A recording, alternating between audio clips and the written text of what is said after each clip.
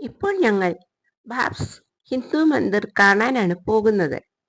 വലിപ്പം കൊണ്ട് ഏറ്റവും വലുത് അബുദാബിയാണ്.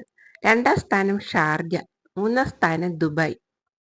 വില്ലകൾ ഇരുവശവും ദൃശ്യമായി. ദുബായിൽ വില്ലകൾ കുറവാണ്. വില്ലകൾക്കിടയിൽ മതിലുകളില്ല എന്നത് അത്ഭുതം തന്നെ.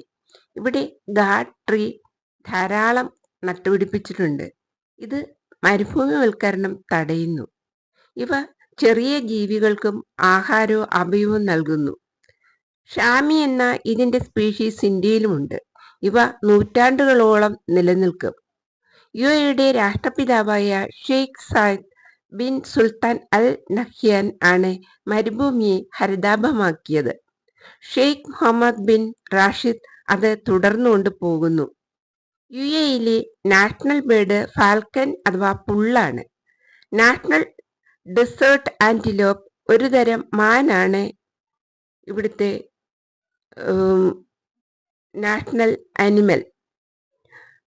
ഇതിന്റെ എൻട്രൻസിൽ സെക്യൂരിറ്റി വളരെ സ്ട്രിക്റ്റ് ആണ്.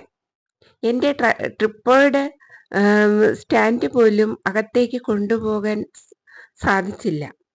അവർ അത് ബസ്സിൽ തന്നെ വയ്ക്കാൻ പറഞ്ഞു. ഞാൻ അകത്ത് പോയി കുറേ ചിത്രങ്ങൾ എടുത്തു.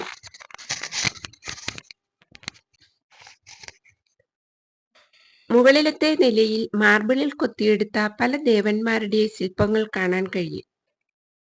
അവിടെ ഫോട്ടോഗ്രാഫി നിരോധിച്ചിരിക്കുകയാണ്. ആ ശില്പങ്ങളിലെ രാമനെയും കൃഷ്ണനെയും ശിവനെയും ഒക്കെ എനിക്ക് തിരിച്ചറിയാൻ കഴിഞ്ഞു. എല്ലാ മതക്കാർക്കും ഇവിടെ പ്രവേശനമുണ്ട്. ചെരുപ്പുകൾ പ്രവേശന കവാടത്തിൽ ഊരിവെക്കണം. 10,000-ഓളം ആളുകളെ ഇതിനെ ഉൾക്കൊള്ളാൻ സാധിക്കും.